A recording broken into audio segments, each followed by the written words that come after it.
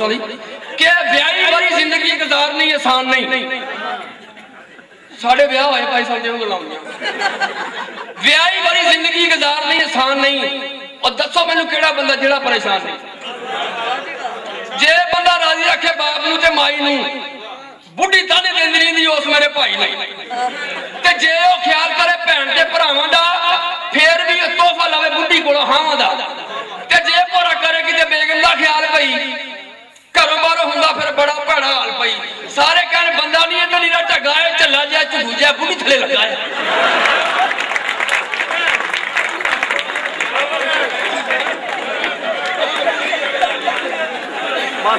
जे पूरा करे कि बेगम दा ख्याल पई घरों बाहरों हुंदा फिर बड़ा भैड़ा हाल पई।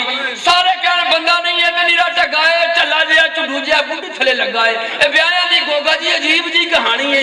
इस तरह ही पई रहिंदी पानी च मधानी है।